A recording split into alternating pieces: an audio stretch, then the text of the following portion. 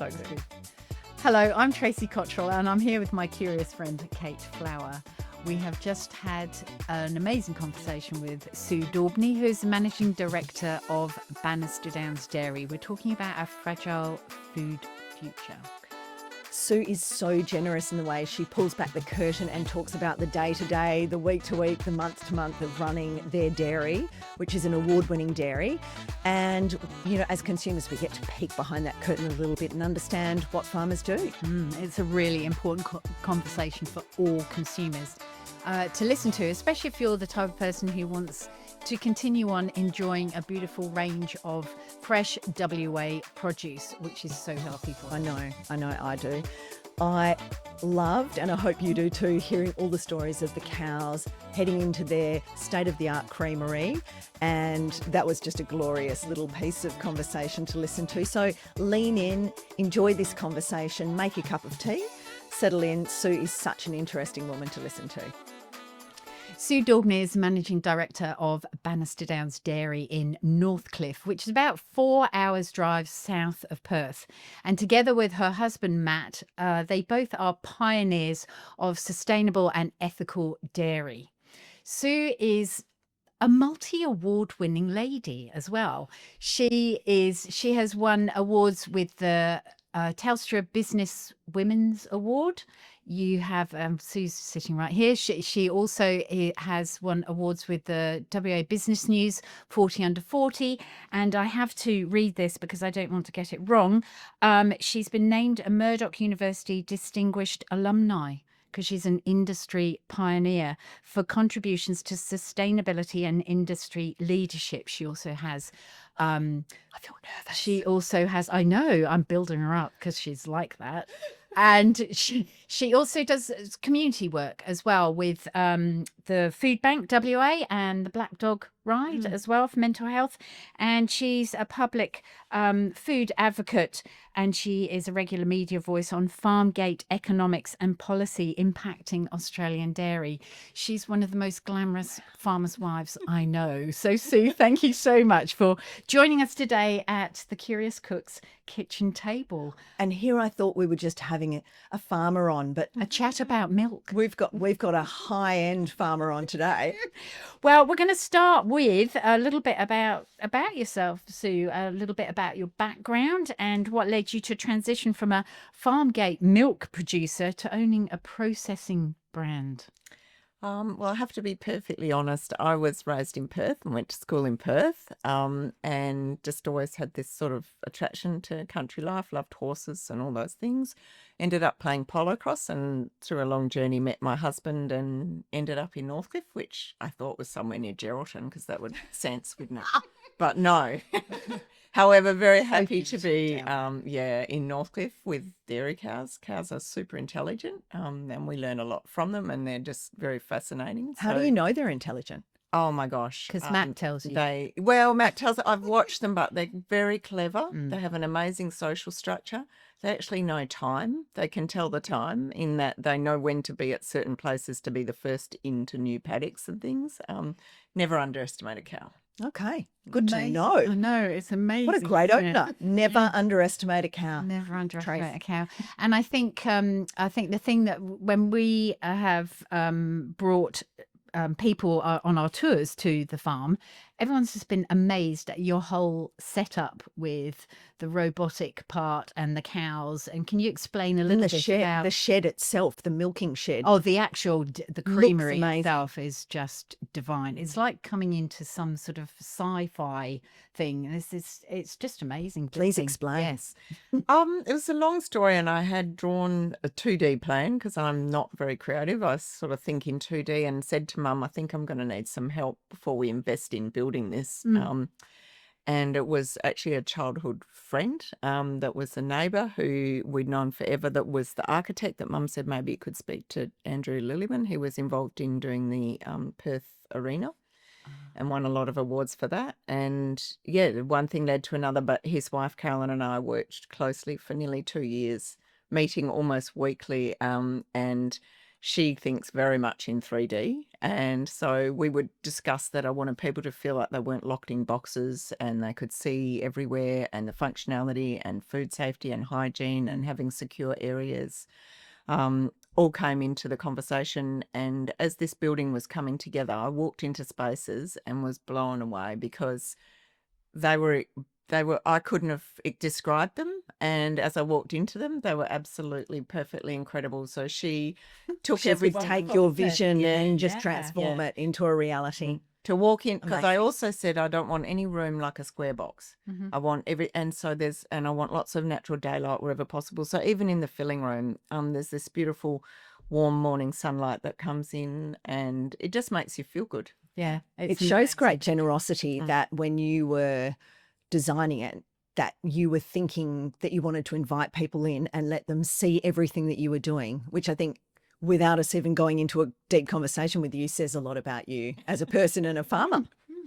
I felt also like we do everything as well as we possibly can. We always have. And if you can share that, that is the best marketing you can do. It's just Absolutely. honest. Mm.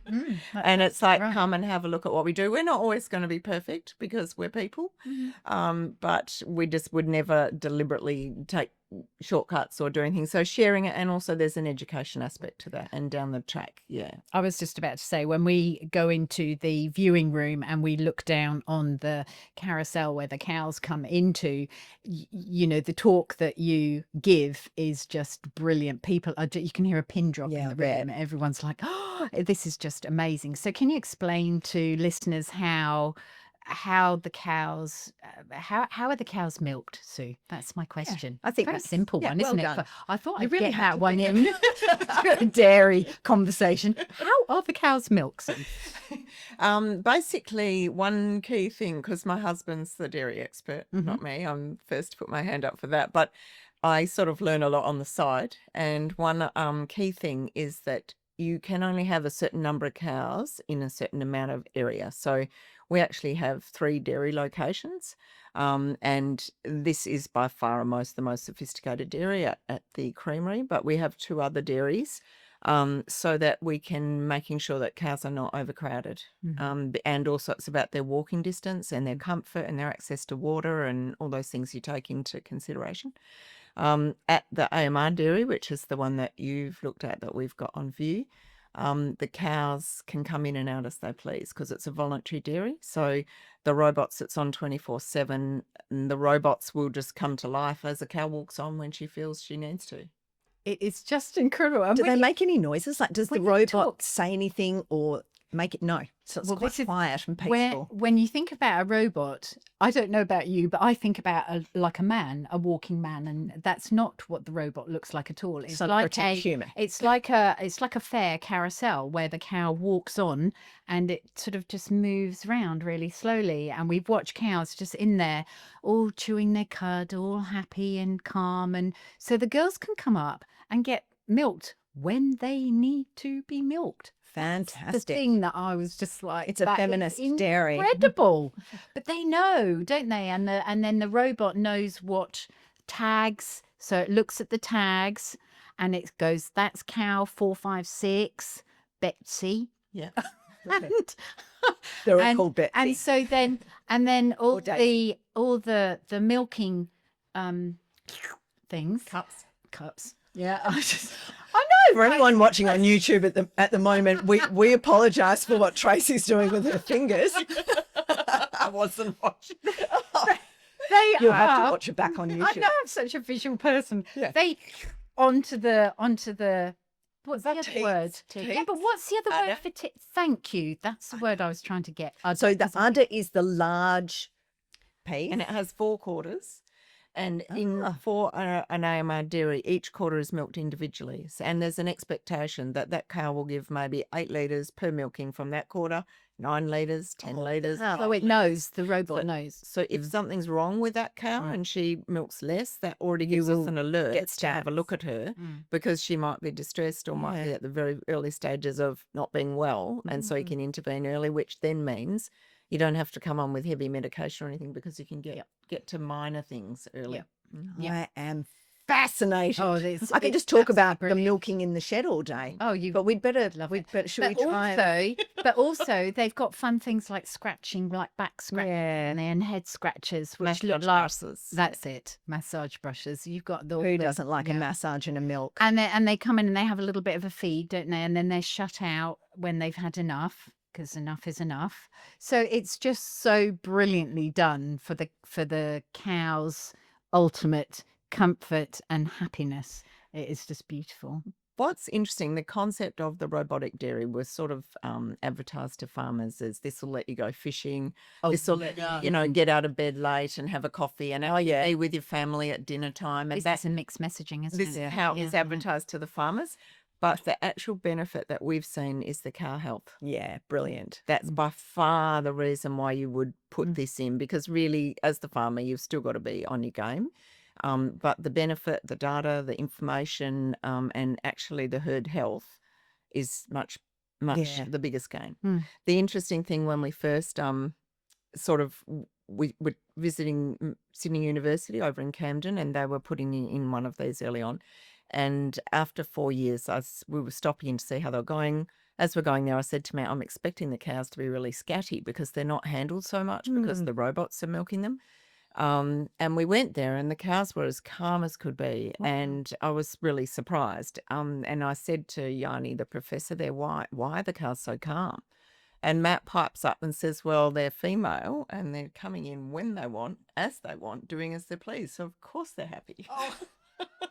Matt, That's what a it. great emotional Yes. insight into the female psyche. And Matt loves his cows. Oh, I wish you were here right now, Matt. But dairy farmers just love their cows. Everyone I know. I've got a really hard-hitting question for you, and I hate to get into these hard-hitting questions early, but have you ever snuck into the shed for a little massage? Not well. I watched my son do it, and it nearly shredded his coat. He was so fierce. Okay, yeah. And it's very, very abrasive. But normally a cow will scratch on a fence post, so I guess So it's okay. yeah, They're a it's little okay bit for thicker them. skin But than I us. wouldn't recommend it. For Yeah, us. thanks for Okay, answering and that's that. like health and safety is a definite. Okay, so the other thing that I love about your milk, knowing when I'm drinking it, knowing that it's come from happy cows, well treated cows, I'm going to drink. but also yeah, we've got some milk here. Fancy that? We've got some spearmint milk. I'm going to go for the in a one? minute the cafe au lait, please. That's my absolute favorite. Sue, I can I can get get you a mango, please. Will you Sure, do that's mango? my Okay. treat. Okay. So the once the cows have been milked, there's something that you do with your pasteurization process, which is the heating of the milk to make it safe to drink. That is possibly a little bit different to everyone else's, and I think that is one of the hidden beauties of Bannister Downs milk. Yeah, we how that came about was when we first started processing, we bought an old batch system, a secondhand one, to sort of get up and running and seeing if anybody wanted to drink our milk, which it turned out they did. And it won at the Royal Show, the champion milk, our very first week. Royal Show said, oh, why don't you enter it? So we did. And it was literally, we did not have a clue what we were doing. We just put this milk in and sent it up, and it won the champion milk. Well, you could have knocked me over with a feather. That's And I guess for many years, lots of people, thank you very much. Lots of people would say, why is your milk different? What do you do to your milk? And that is probably one of the big differences. Because we are doing much smaller volumes, we can afford to take the time to do it at a lower temperature. When we moved to our creamery, instead of being where you heat up a batch, cool it down, and then use it, I made it a little bit more efficient where we could be running continuously. okay.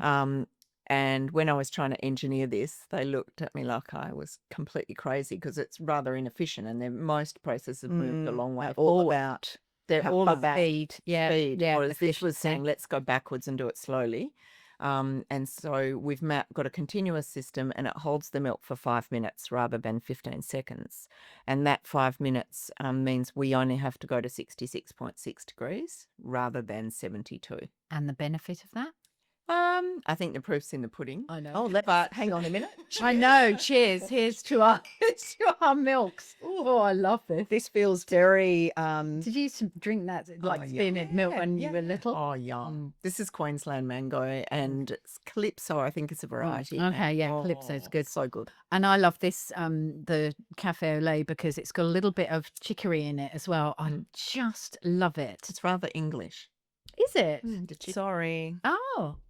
I- Oh, I you, need no, a you sip. can, no, you can. Otherwise, I you have can- to drink from the You bottle. can share mine. No, that's absolutely fine. So I Oh, think, yeah. I think you've got. I think there's health benefits. I'll say this because I know that you. There's health benefits in having the milk pasteurized at a lower temperature because you keep so much more of the good bacteria in it. Yeah, well, one thing I do, I have a bit of a science background, and basically at 68 degrees, a lot of proteins and enzymes are denatured. So if milk is put through a normal pasteurization at 72 degrees, so that's already happened. Whereas with our milk, I sort of made that 66.6. So sometimes it might get to 67, but it never goes to over. 68. And I think that's why we get this amazing froth for coffees and cafes. Yeah, the mouthfeel of it is just Oh, absolutely. you can taste the amazing. difference. Absolutely. I've been really impressed, actually, that I've been buying Bannister Downs milk in one form or another for a long time, and you've managed to keep the price. I won't mention the price, but very similar over a long period of time, which I find very impressive, Yeah, yeah. despite all of the extra work that and time that's taken. Well, there's this actual podcast is all about food security and a fragile food future. So I was going to ask Kate if you could just explain to the listeners exactly what food security is, because it's important. It is important. It's so important. I don't think people think about food security enough. And so when we were planning the podcast, this was one of the big, topics that we wanted to talk about. And I'm sure we'll talk about it again. So for the listener who might not understand exactly what we mean by food security, so according to 1996 World Food Summit on food security exists when all people at all times have physical, social, and economic access to sufficient, safe, and nutritious food, which meets their dietary needs and food preferences for an active, healthy life. Resilient supply chains are critical for a stable and accessible food system. West Australian farming systems face significant issues that pose a risk to food security, including climate change, impacts like hotter, dry summers and salinity, soil degradation, and pressures from urbanisation and economic factors. And while Australia generally produces enough food for its population, these challenges are increasing the need for resilient and sustainable systems to ensure future access to healthy food for the state's growing population. And I think there's two parts to food security. One is, can we grow and produce enough food to feed everybody? And two, can everybody get access to the food that we're growing and producing in WA? And so there's kind of, there's two lines of conversation we can play around with today while we're talking to Sue. And the other thing is that we're so far away from everyone else. So as we saw in COVID, when a lot of the supermarket shelves were bare, because Very quickly too. very quickly, and because we couldn't get things from the eastern states, and then more recently we've seen the lack of eggs on shelves because of avian flu over in the eastern states. So there's just two. We saw it in front of flash before our eyes. That really is quickly. food security in action, or food insecurity in action, isn't it? So I think there are all sorts of unexpected challenges that consumers never see, Sue, with running a dairy and processing your own milk and getting it up to us in Perth and around the state, and a little bit goes overseas. Does it? Yeah. Yep. So I've got this. Sort of, what does it take to get milk onto WA shelves? What's been happening since? And is there insecurity COVID? in your farming systems or in the In dairy industry? as a whole? Overall. I think, like in agriculture is obviously a very big circle, a big network, and talking amongst farmers in general, as you do. There's a general concern over the ability to continue as it has been. Everyone's feeling pressure of lack of labour, lack of skill, costs going through the roof, next generation not being keen, and often that's the sort of thing that drives you to keep farming is the next generation are there. So but there's finding other things to do that pay much better and offer them, weekends to do what they want and things. So farming becomes less and less attractive. So that's something you and I hadn't even spoken about is, do the next generation carry on? I think all 4 of our children love farming, want to come back. They see that as home. But at the end of the day, they're going to have to make the best decision for them, I suppose. And yeah, it's hard work. It's And they look really at some of hard their friends earning a lot of money, having their weekends, booking holidays, doing as they please. Whereas farming is a real commitment and it's a huge lifestyle, right? responsibility. You're like for us, first of all, we're responsible to those cows. So anything goes wrong, a tree, a storm goes over a fence, cows are running out. Doesn't matter whose birthday is or what party you want to go to, everything stops because those cows can't be on the road. Or there's a fire coming and you've got to move all the cows together. So there's a responsibility for livestock, first of all.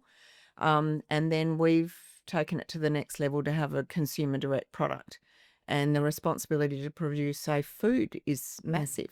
And no one's going to care how hard you're working or what. If something goes wrong, it's all your fault. And In that moment. Society's pretty unforgiving. All the good is forgotten. Yeah. Everyone's very focused on. It's a big commitment. So, and I think all farmers, whether they're growing fibre or food or fishing, aqua, it's something that you feel is really meaningful and purposeful. So that's the good side of it. Like each day you can see the fruits of it. And having good ingredients in Australia is a given. Like we just expect to have good ingredients. Well, Tracey, I wanted to introduce our listeners to our proud Series 1 podcast sponsor, Urban Forager. They make the most delicious organic stock concentrate in WA and they're great friends of ours. Oh, absolutely. And it is just full of flavour and real ingredients with no nasties in. Love that. Thing that I love about it as well is once it's opened, it keeps in the fridge for up to 12 months. Not in my house because we've always used it well and truly before then. Yeah, it's so useful and it's such great value. Yeah. So making 1 litre of stock is just over $2 and there's 10 litres in that little jar. Fantastic to have in there. And because it's a concentrate, I use it in a variety of ways. It's super versatile, not just soup, but also I might throw it into meatballs, dips, dressings, sauces. I love it. Delicious. Absolutely. So everyone jump online to urbanforager.com.au where you can get 20% off. You just need to use code CURIOUS20 for 20% off when you shop with Urban Forager. Thanks, guys. Enjoy. This is the conversation, isn't it? It's a given Absolutely. at the moment. Yeah, and you can tell the difference when you don't have good ingredients. As soon as it's substandard ingredients, you can't make it any better by being a brilliant chef. Yeah, No, that's so true. yeah. Well, that's why chefs are sourcing the best ingredients. They're not starting with an average ingredient and trying to magic it into something wonderful. Exactly. It's not easy to do. Well, I think when you've got good ingredients, it is so much easier to put a meal on the table that tastes delicious. And at the end of the day,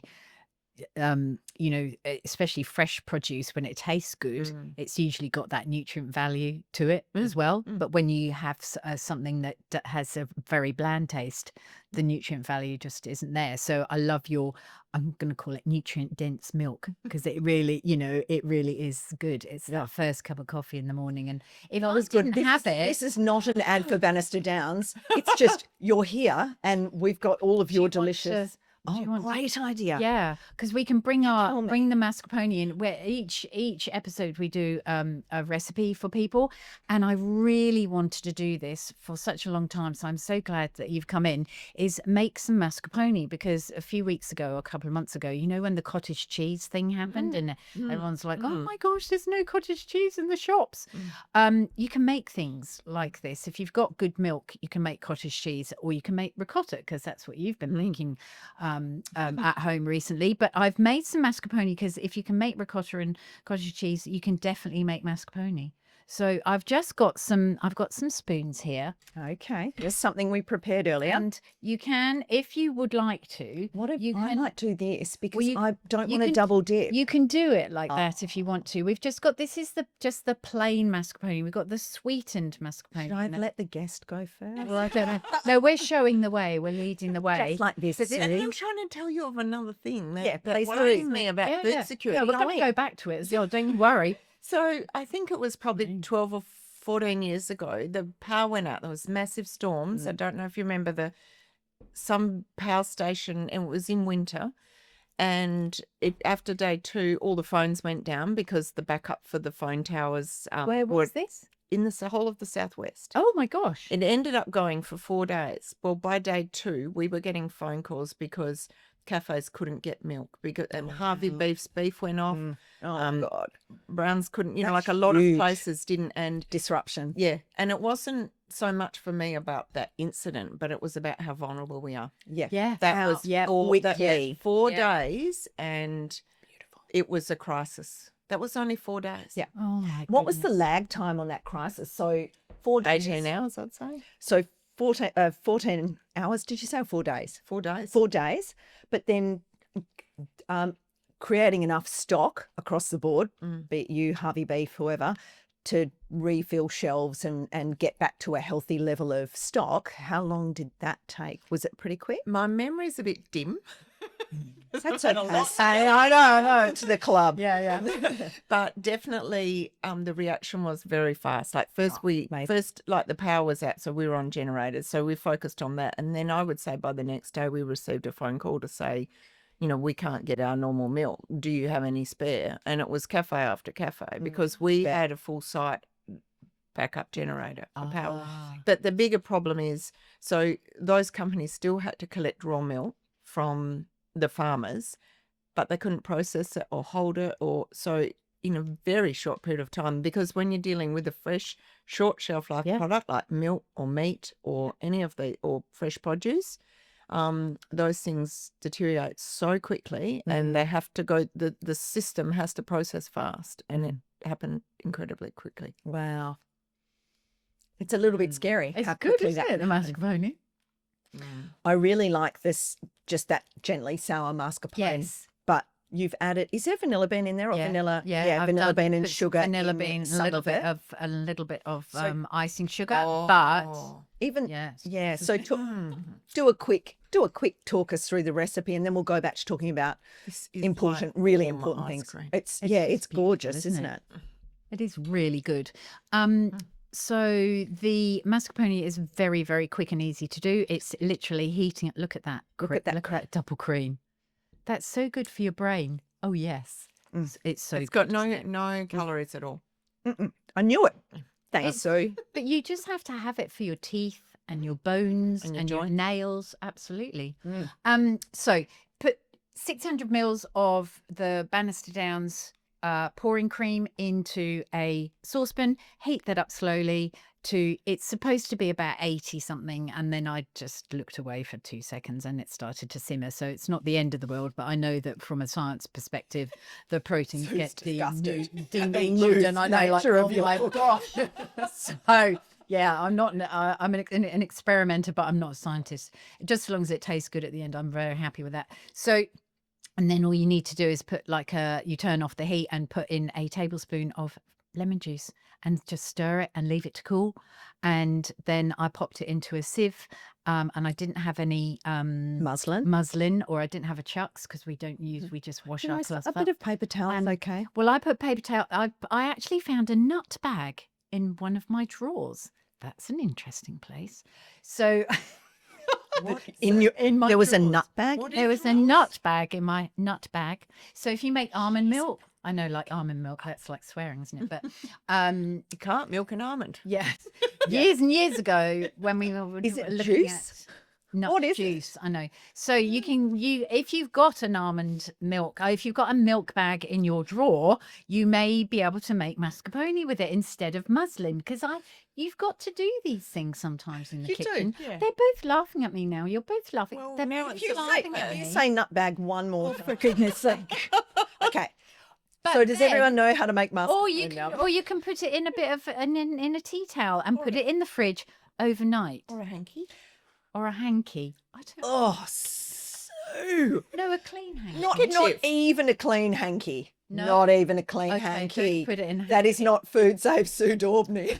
A washed, clean, dried one. Just a tea Okay, she's getting closer to Tea food towel. safe. I know. So we So are just going to put because this. you haven't made it yet, I know. That's why I'm Sounds trying to very change much the subject because it wasn't me it's who. very much like ricotta, except ricotta is made with milk. And you put it in vinegar, and you can use lemon juice as well. I choose to use one more. vinegar with for making ricotta because it's slightly higher acidic content, so it will create those curds. This doesn't create the curds; it almost starts to set jellyish. But then, in the fridge overnight, this magical thing happens to make. Did you just bring one jar of cream? Maybe. I'm taking that home with me to try the mascarpone. You can because That's you going in Kate's box. You want the pouring cream for I that. have Don't to need that. skite a little bit about that cream. Do Because it has won the champion cream in 2017 at the Australian Grand Dairy Awards. Yeah. And that was a big deal, like for little old us in, tiny Northcliffe. But Gold. this year, so it was champion cream at the Australian Grand Dairy Awards. But this year, it is the reigning grand champion product. Overall. So all the ice creams, all the cheeses, all those beautiful cheeses and Wow. pistachio ice creams and everything under the sun, it beat the whole lot. And Congratulations. it is amazing. Like to think that But we've It produced, is amazing because that is amazing. but it's yeah. also very pure and it's just what it is. We don't add anything. We don't, it's minimal everything. And It's I minimal intervention cream. think that is a reflection of the Happy cows. cows. Beautiful. Yeah, absolutely. Those happy cows who've love been that. massaged milk when they wanted to. And your husband's so emotionally understanding. I think that really helps as well. Thanks, Matt. So from that very happy story, we're going to go back to Oh. Talking about serious things. post-COVID. I mean, that was serious. That's amazing. Because I know that you've had a problem with packaging and you've brought in some milk in a new bottle now, a new bottle. Would you like to talk us through that? Grab one. So, for pretty much 18 years, our milk had only been available in the pouches. So they're the pouches. And Hold we'd it had a lot of consumer feedback that people wanted a 2-litre option. So I'd been looking for a while for 2-litre But options. why? Can you just tell us why the pouches are important and why you started. pouches to start off with? Sorry, I did say Okay, that. because they're made from chalk. So there's 50,000 tonne per capita of limestone in the world. And this Sorry, how much? 50,000 ton This is a per lot. capita. That's a lot, isn't it? Don't use any of mine, That's please. big. It's like however many ants are in the world. Anyway, yeah, And number. it's a lot. And the other benefit is so when the pack and that used to be 60%, now it's 35% because they've had issues with various things over the time of odd leaks and things, and so they've had to reduce the component. Okay. But that was the core thing, and the concept was if an eggshell can hold liquid, surely we can make some packaging that will hold liquid. And other than that, it has polyethylene in it, which is like on a Panadol capsule, so it's not toxic, and that's the binding agent that stops it leaking and makes it flexible. I love these because I So do could just I. throw them in my fridge Yeah. when they weren't opened. Yeah. I just throw them on top of one another. And lovely and They're fresh fabulous. every time you They open used it. to. It's They beautifully could fresh. go in the red cycle. Are they biodegradable? They are not biodegradable. They are degradable. They will break down in landfill, but the red cycle scheme. Stop. No, no. Yeah. The industry paid for that. It's really disappointing. Yeah, isn't it? And I'm concerned, like if our government's genuinely concerned about packaging waste, why haven't they stepped in? Because it's bread packets. It's that plastic No, is needed. It's been gone for a long time. There is A so long much to talk about there on its own in terms of recycling and food waste and all of that kind of stuff. But you were saying that Vizzy has now. Yes. So then when so we were sort of talking, a friend said maybe Vizzy might have something, and they had produced this some time ago, but it cost more. So industry down to the 5 cents. If it's 5 cents Of more. course. Yeah. But for us, And the just reason doing- industry do that is because we are looking at down to the 5 cent when we're standing in front of the milk fridge. Yeah. So it's not boo industry. It's and it's not boo us, we need to buy what we can afford at the time. But if we can afford to support people who are using more recycled and more, biodegradable or whatever it is, more positive packaging, then that's what we should do when we can. Keep going, Sue. I just felt like that needed to be said. It's a tricky thing because everyone's concerned and worried about all these impacts on the environment or looking after animals. But when it actually comes to walking the walk, that is sometimes where the wheels fall off. But anyway, for us, it was we want to sleep at night. So to go to finally have a 2-litre option, because the 1-litre option in flexible was just not pretty. It's too hard to manage. But to finally have a 2-litre option, and the timing was a bit of a lifesaver because Ecoline shut down to do some upgrade, which was supposed to be like a 3-month period, and it ended up being a 6-month period, which grew into a nearly 9 months for us because of sea freight and having to get back in the queue. And I guess once they got so far behind, it was a big catch up. So Packaging is a huge process. To not have the bottles to put your beautiful milk into. it was pretty disheartening awful. for nearly 19 years to have not really missed a beat. And it was just being able to supply. I mean, at one time we had milk limitations and we grew our herd. So we eliminated that. But to not be able to supply, and not only that, to be getting literally abused by people that, God. we'd have deliveries. fair. But I can understand, like, they're trying to run cafes and they're like, well, are you going to Where is it? deliver or not? We can't wonder if our milk's going to turn up. So I could totally understand them, but everybody on our team was doing everything they could. But there's another, it's a supply issue that started way beyond your dairy. And that's how easy it can be. Couldn't do anything. Well, about it really impacted on our wholesale customers. And retail, that was disappointing that we couldn't supply them. But for a cafe, they couldn't open their door if they didn't have milk. Yeah. So the pressure was big. And some days we get to a Friday and we'd be missing 360 cartons. We were like, how are we going to divvy up the 600 cartons that we've got when we're missing 360 that have been ordered? And we wouldn't know that till 8 o'clock Friday night when we'd made all we could and saw what was left. And there's not much you can do. And the poor drivers. So that was a really, really tough time, to say the least. But anyway, it was fortunate that we had these bottles, because without the pouches we would have had nothing. And we were just starting to go down this path, but suddenly we had to just spin on a dial and be able to put these out quickly. And the pouches, we would normally do about 6,000 units an hour. These were 1,000 units an hour. We had one filling line. So we went and from... then the labels. hand labelling, Oh, because we didn't wow. have a labeler. Hand capping, because the capper wasn't working with these caps. Everything was so complicated. And meanwhile, in admin, we're just getting everyone complaining at us. So it was just like, oh, can't wait to go to work. So who came and like took you out of the corner, rocking out in the a corner? fetal And then position. people would be upset because we hadn't got back to them in admin, and it was me sometimes because front receptionist, it was overwhelming for her. much, yeah. She was fairly young, and it was just The a lot. responsibility of having those conversations over and over again and people getting angry, that's tough. And she didn't have the solutions. Like we were just doing our best. That's all we could say. There was nothing. Was messy.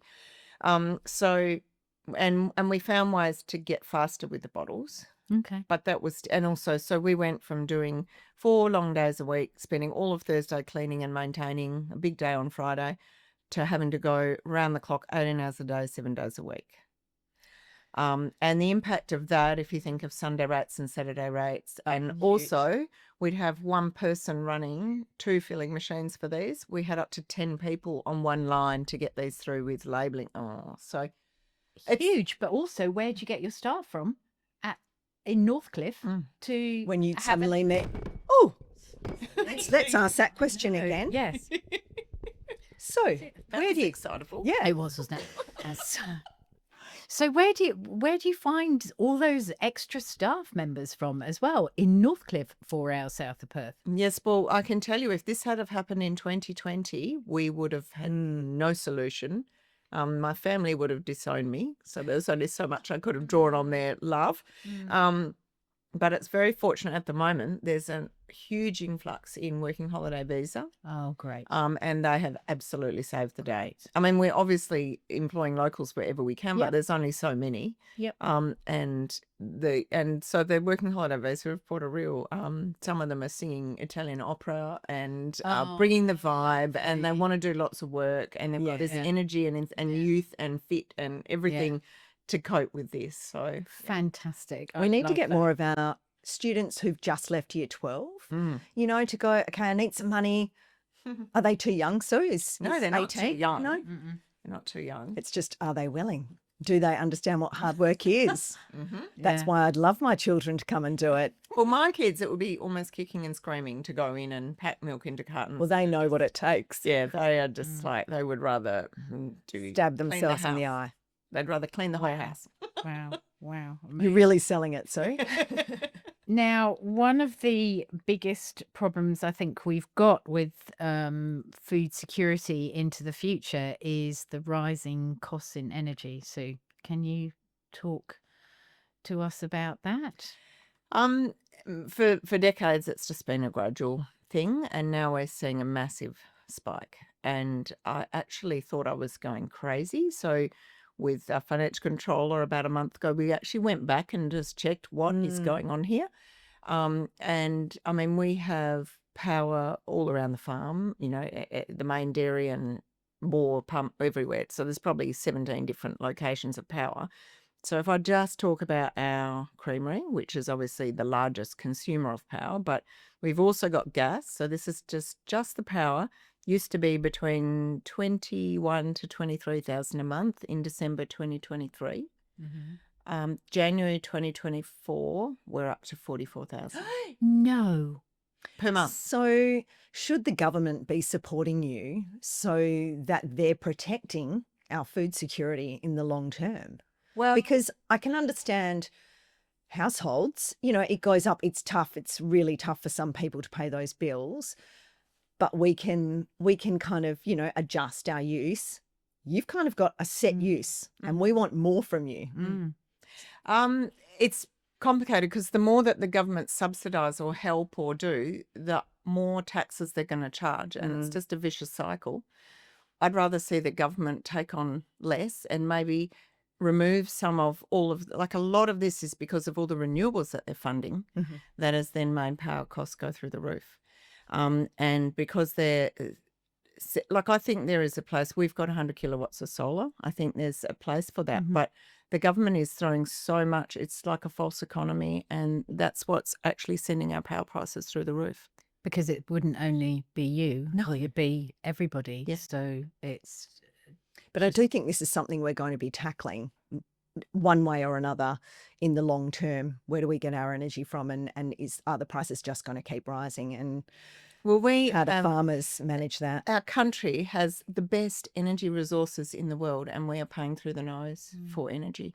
And I think a lot of that is because of the subsidisation for renewables. And I'm not anti-renewables. I think there's a place. I But think this there's a balance you've got to have. this That's sudden key. rush to try and achieve goals at the cost of business is, you know, everyone you talk to is starting to really get the Feel it. impact. And I Yeah. think, like, those power costs, it's bad for the consumer. But when you look at business, so every one of our suppliers is having that cost. Freight has gone through the roof. Diesels, like all of the fuel prices. So, and we're at the end of the line, and we've got everyone else's costs coming on us. Every month we get a price increase on packaging or Yeah. chemicals or cleaning whatever it is. It's going up every month. And unless people are looking forward to paying at least double for their milk, In how long? in a very short time at this rate, like our power's doubled in Yeah, you 11 can't absorb months. that. No. You can't absorb it. That's only one element of And then you've what got we do. transport. But which- everything is increasing, and it's just compounding. And so I think what will happen is either consumers are going to have to be prepared to pay double or more for their products, or businesses will go out of business. Matters of Taste food discovery tours are all about connection. From city streets to country back roads, we take you behind the scenes across WA to meet the people growing and making your food. Taste incredible produce, share stories, and join a community of food lovers on one-of-a-kind adventures you'll never forget. Explore upcoming tours at mattersoftaste.com.au. But the scary thing is a lot of consumers can't afford. No. Tracey and I, we're your average bears, and we can afford at this point in time to pay a little bit more. There are so many people who cannot afford to pay any more. Then that sends a whole group of, West Australians into food insecurity. And then they're relying on someone else to help them, which is fine. Let's look after our community. But it's still got to come from somewhere. It's just escalating, and it feels like it's imploding. And manufacturers, and you look at Holden or, all of these, they're sort of the last line. They're copying it all. And then they're trying to compete and be competitive and with the end product. It'd be very sad to not have fresh product. I mean, the alternatives can't to even fresh imagine. milk is unimaginable. It feels like a God-given right, doesn't it? To have fresh bread, fresh milk, water, the basics. Quite, haven't I 'Cause know. I'm a bit- I think I'm a little bit worried about this. Okay, 'cause true. Yeah, I That's the know. truth. Like the True impact of you talking about it now. Thank you for your Honesty and- honesty and for being transparent like that as well, because people have got to understand that all of this, everything is interconnected, and everyone's we've just got to do our absolute utmost. But when it's out of your control, as in what the government is doing, what can we do as And I know consumers? business owners try not to pass on too much cost, so they're holding back a little bit and losing. The margins get lower and lower, but there's only so much you can absorb. And then the owner says, "Well, I'm better to go and work for someone else than work flat out to maintain employment for 75 people or however Which is a many people, huge responsibility. and try and produce food that is got to be, it's got to be done properly too, so you can't cut corners, and look after animals and the responsibilities of that." So I always say farmers, you are so important. And I think people Most need to important job of all. remember and connect to and thank our hugely hardworking farming community, because without them, we don't have any of the beautiful fresh produce that we enjoy every day. And it would be awful to see some of the small to medium players disappear. So what role do you see your farm brand playing in safeguarding WA's long-term food security? Do we need the diversity of having many small players, not just, one or two? Yeah, I think all West Australian milk is good. It comes from West Australian cows. I think it's a bigger problem, and it's not just limited to dairy. It's horticulture. I look at the hard work that they do, the amount that is done where there's a lot of labour involved. So labour costs, superannuation, superphosphate, so fertiliser, freight costs, everything has just skyrocketed. And, as people more and more work, they'll just say, well, you expect to have the odd bad year or whatever, but these are things that are just slowly and fastly going up and up. And it will get to the point, especially with the generational conversation that we've had, where the kids, like family just does it because it's got to be done. But it will get to the point that if there aren't the family coming through and you're in your 60s or 70s, the way that a farmer gets rewarded is by the capital value increasing in their farm. And so that is the actual day-to-day income is low, but the cash value of the asset is the reward to the farmer. And sadly, what's happening in England, when I look at that, is just diabolical with this inheritance tax. So the one gain that the farmer has, the government has taken away. And they've well and truly earned. And this is all the conversation that we were having at Grounded Australia down in Bridgetown a couple of weekends ago. The whole thing is just absolutely phenomenal. Can I have a coughing fit for a second? Yeah, sure. Sorry. I hate to think this superannuation. God, anyway, we're not supposed to be getting too political, are we? Sorry. No. It's a really good but sad It's the conversation to have, isn't it? But And that's where I think, like, where people doing the right thing are sort of like, oh, we have to do net zero, but they just need to really think about the cost of that. And maybe It there's has to some be middle well ground. balanced along the way. Maybe there's some middle ground. Maybe, It's got to be. you know, because net zero in a maybe city thing means a very lot Yep. like there are no there is not the equipment to harvest with electric harvesters, or we're not in the industry, but all of the equipment, you'd be looking at, say, a $2 million header that doesn't even exist. So how is this even going to be achievable? And then you'll be fined because you're adding to the carbon load or whatever by having a diesel fueled header, which I don't know. I think it really hasn't been thought out. And is it correct? I think that Australia's 1% of the world's. Yes. Um, So There's not very many people living in Australia, though. no. well, we've got No, but- China, America, if you and don't- India, if all of that- which yeah. have not signed up to the Paris Accord and are responsible. And here we are trying to fix a supposed world problem with our 1%. 1%. Yeah, And unless setting our India economy and into the China ground. get on board. Yeah. Unless India and China get on board, it's But we're ruining our economy so fast, it's not funny. But it's also like the live sheep trade, stopping the live sheep trade. They're going to go and get sheep from elsewhere around the world, and the sheep will be possibly, I'm not saying for sure, but transported in worse conditions than they were humanely transported now, because everything's got much it's better. really important for everybody to do their research, not Yes. just bandy about Yeah. comments about renewable or not. Yeah. I But think just have a dig. I think the conversation is becoming more like, let's think about this for a while, Exactly. because people are seeing real life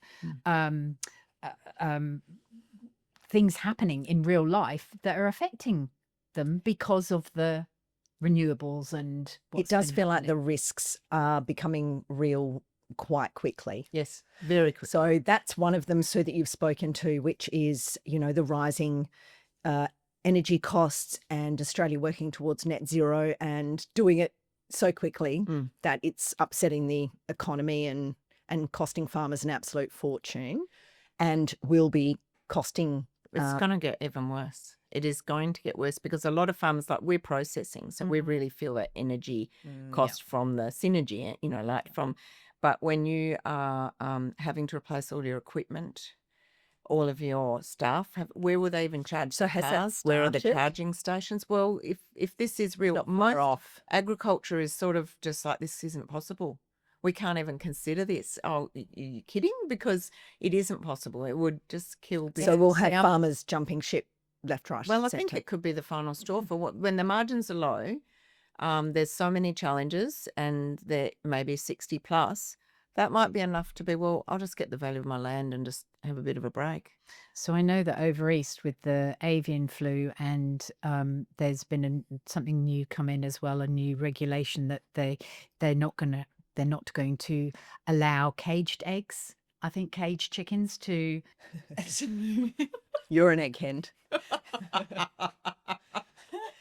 So over east, I know for a fact that there are a lot of young people not wanting to take over their parents' egg business, because they'd either have to build massively new expensive infrastructure, because the infrastructure's got to a stage where it's all getting a bit old, and the new regulations coming in saying we don't want any caged hens, so we can't have caged eggs, so you then will have to build new. And the kids are going, what would I want to be doing this for? This is absolutely crazy. So I know that there's a real problem with eastern states egg producers. Like my heart goes out to them. And Not then we've everyone- got again, avian not flu. everyone can afford to, buy a free range egg. And also there's pros and cons to farming caged and farming free range. And we all need to look into those for ourselves and make our own decisions. We've got to be able to feed the majority of people for food security, so that everyone has access to food. This is a conversation we keep having because if we're three lucky people sitting at this table, we have access to food. We have not. I haven't. You haven't suffered food And insecurity. we need to have the choice. But we need to think about the We broader need to have the community. choice. It's really important. So you mentioned about England, and have you learned anything else from looking overseas at the dairy industry, at what either protects or what undermines food security? One thing that's really interesting, because we've been, getting an overview on export markets. It's interesting how many countries actually protect the dairy industry extremely, in that Wow. you will not get fresh milk in, which I think is fantastic. They understand that once people leave dairy, it's because of the infrastructure. And the capital investment required, you normally won't get back in. So therefore, like if you look at Japan, North Korea, South Korea. Oh, wait a It's minute. interesting. Go there. North Korea. South I Korea. got North Korea on the brain. I don't know. If Don't we worry, go- we'll be yeah. finished this by 6 p.m., Anthony. All right, going back to other countries. If you look at countries like Japan and South Korea, and even so Malaysia, many of these countries, Thailand, put huge tariffs on us importing, or basically just don't approve for import, because they're looking after their local dairy industry. Okay. And that makes sense, doesn't it? Yeah, Like, absolutely. They're looking after their own food security. and there's something that you said a bit earlier on as well about dairy being super fresh. It's got a short shelf life. I'm just like, dairy still comes in from the eastern states. Not that I've got anything wrong. There's nothing wrong with eastern states milk, but could we produce enough milk here at the moment for the WA population? WA population and dairy industry is a fascinating one, because 10 million litres up or down is the difference between feast or famine. So if we're 10 million litres short for some reason, like we had a drought the previous summer at a time, and feed was short, as in hay and grain, and everything was short, some of the companies that had the benefit of multi-state sites were able to bring some milk in. But then if we have 10 million litres more, and cows produce an unpredictable amount. I know what you're going to say. They make Gotta what they write make. these Yeah. right at the let's say, As Betsy, Matt would we say, only let the girls need- do what they want to do. Best outcomes. And 10 million litres more is a big difference. And so in the past, I know Kevin Sorgivanni would, at Harvey Fresh, when he was running that, he would get some lucrative markets, maybe in Singapore or Malaysia, or to have something to balance with. Cheese is a really good balance. Ice cream is a really good balance. So Because it takes quite a lot of milk to make. yeah, and it has a long shelf life. Okay. So you can have a 12-month shelf life on cheese. And that's what Browns have done with their Brunswick factory. So if there's extra milk in spring, they can make cheese at an affordable price and be competitive. But they couldn't do it in summer because the price of production is high. So it's complicated. It's so complex. Yeah. It is so I was just complex. picturing a bucket and somebody with like a piece of straw hanging out of their mouth and just singing a song as they're milking the gates. It's not like that at all. You're such a romantic. I know. I've read too many old American novels, I think. Well, if you could map out WA's dairy industry 10 years from now, what would a secure and this is almost like an impossible question to answer, I think, at this point in time, but what would a secure and thriving local milk supply look like? And what will it take? This is more, I think, important. What will it take us to get there? Are we going to be able to do it? I think we have the most amazing land to produce dairy. I think we have a lot of skill and talent in our farmers. There's a lot of knowledge. There's a lot of innovation coming through. There's a lot of energy and a lot of positivity. The one thing that's missing is the margins. And as we're getting these increasing costs, that's just challenging that even more. And, if people are prepared to pay double what they pay for their milk now, that would be the game changer. Yeah. That would be the game changer. Can you tell us what a margin looks like? So on a litre of milk. Honestly. Or do you not want to? Do you know percentage or?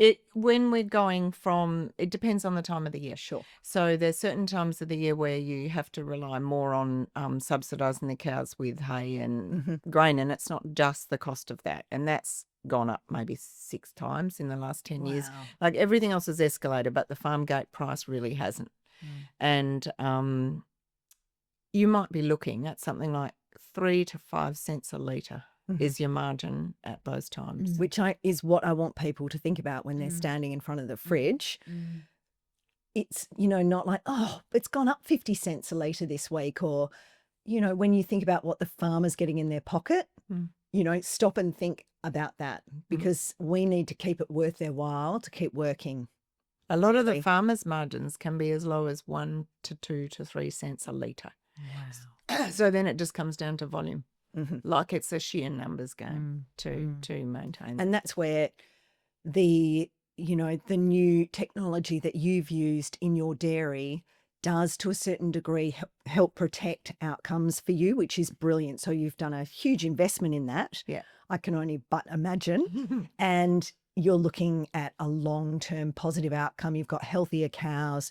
You can understand kind of the level of milk that you may get and that you should get, and if a cow's sick or not. I think that's a brilliant kind of long-term vision that you've had. And the thing that amazes me is that, Matt's there doing the farming bit with the cows and everything, and you're so busy like in the office doing all the stuff. I mean, the list of stuff that you do is probably people just wouldn't imagine really what you do. I mean, just tell us, like yesterday, What does the day look on like? show. It was Yesterday- funny because I was interviewed yesterday, and clearly the person I was new. And so, and he sort of said, "Oh, so what do you normally do?" There is no normal. When you're not swanning around the royal show doing Spontaneous. interviews. Yeah. And I just looked at him like I thought, how do I even begin? Yeah. Yeah. How long Answer do you want me that to answer for? I know. Without I know. sounding like a You've martyr. always but just come back from somewhere, or you're putting out fires, not literal ones, but you're putting out fires with so many things going on in the background. I just think that you are absolutely amazing. Yeah, what could you be absolutely doing in a amazing week? Tell what us, you do. like maybe Oh, 10 no. cut too hard. it's just There's nothing she won't do, folks. Well, this morning it was printing labels for pallets to go to Coles, and then sorting out a missing pump, and then a driver didn't turn up, so working out how we're going to cover those deliveries. It can be anything from but anyway, my daughter. Operations. Yes, my daughter is home now, and her talent is around recruitment. Oh, and fantastic. so the key thing is getting some key, managers in areas that shoulder a lot because of it. it's always been you, hasn't it? So even what we produce tomorrow, I have to work out tonight. Most nights I work to probably midnight or 1 a.m. I feel a little bit sick. Oh my God, Sue. During the day I do stuff, whatever. Yeah. Whatever comes during the day, the emails, and then But at you night still got I to do do my yeah, work at night. Yeah, you still got to get that stuff done that is most important. And then the for next sausage dog day. with spinal surgery was just Oh, that's the added. kicker. It's just like, oh my gosh. Well, Love your animals. Sue, to wrap up, I'm feeling quite exhausted now. No, that's fine. I'm actually feeling like I've been smashed around the head as well. Oh my God, one of my favourite things in the kitchen is my Bannister Downs milk. If we run out of milk, we just don't. Well, we Sue. won't be running out of just packaging now. don't. We've got plan A, B, Good. C, and D. Good, because I've been asking That's a around. positive way to end. I know. I've been asking around at all the shops, like the IGAs or Fresh Provisions or whatever. Like yesterday, to make the lovely mascarpone, I had to phone up Fresh Provisions. They went, "We've got one 600 ml pouch and got quite a lot of the 250 ml." I said, "I'm going to be up there within 1 minute so that I don't miss out on the 600 ml Yeah, pouch of the cream." cream is, it depends make- on your production, whether the Yeah. cream is readily available, Yeah. which is exciting. You see it in the fridge, you're like, yes, I know. It shouldn't be like that. It should be full on the shelves everywhere. Let's Oh, work no. towards it. Yeah. And so I think basically what we're trying to say is, if you can, go out and buy some Bannister Downs milk. I mean, try it for yourself. It's Buy West Australian milk. Sorry, Sue. Buy yeah, but buy West Australian milk absolutely. But try Bannister Downs, because there's so much beautiful milk in that range as well. You know, the animals are well looked after. If you can afford a little bit more for your milk, we buy it just because we love it so much, and because it's WA, and because I'm a coffee drinker. I just like think we my want coffee. people to go to the We want to supermarket and be support. thoughtful Yes. about what they're Yeah. buying. So You're we've so asked a few good. people this question. So what would you like people to be thinking when they go into a supermarket and they're doing their shopping, from your perspective as a farmer, not just about milk, but you know, about Yeah. I think the key thing that I'm seeing, and I don't want to sound all negative, I think people need to be prepared for some significant price increases, whatever that looks like. It's necessary, because the alternative is that we will be 100% import. And for these fresh products, it would, we don't want that. no, No we way. don't. Well, the health of the community, the Yes, health of yes, Australia, for absolutely. goodness sake, because we may not see it in the beginning, but further on downstream, it's not going to be So I think not going to that's, be good for people us. need to be prepared. So what can government do to support this situation to keep the farmers growing and producing for us? Government can just stop putting burdens on business and back off and reduce taxes and make it easier to do business. Yeah. There's an awful lot of money spent on things that don't return. And I think if they focused on the core things they're meant to be doing as a government, education, health, nursing, defence, and not all these other things, and reduce our taxes, that will make everybody's life right through a lot easier. And what about in industry? What's the talk between farmers or dairy farmers about, you know, maintaining quality and production into the future? I think it's hard because we're generally positive and energetic and excited. Oh, we can hear that. But then great. you go back and see the reality and think, what are we doing? As my husband always says, never ask why. Yeah. Just do it, because we know we can do a good product. We know we love what we do, but the increasing costs make it hard. Yeah. You should be really proud of what you do. So thank you. Thank you so much for being here, Sue. It's been an absolute pleasure, even though I have got a few bruises. See, it was My morale. It was very visible. Reality can be hard sometimes, but I think that's what these conversations are about. Absolutely. Let's understand what's happening. Yeah. Let's not close our eyes to what's going on. Can't. And let's talk about it around our dinner tables so that we can all come up with positive ways and changes and you know, keep the conversation flowing about how we can support farmers. Well, I think WA. the challenge too is that the expectations are constantly increasing. Yeah. We want your animals happy, and we want that too. But the consumer is wanting that, you know, and they're wanting regulation around making sure animal welfare is looked after and food, all these things. The costs are going up. The government there's layers and layers of things that we have to pay there for all sorts of things. And at the end of the day, it's fresh product, and it'd be nice to have a government that just did all they could to look after it Supportive. by saying what Supportive can we do to help, rather than Yeah. And does that need to be government officials coming out and visiting you on your property and having a one-on-one or one-on-two or conversation about what it looks like day to day, how you're feeling, or can it just be more broad? I think it needs to feedback be to at the government? industry level, but their solution will be to try and help us market but it's just adding more costs, more taxes, more. I think the less they spend, the better everyone will be.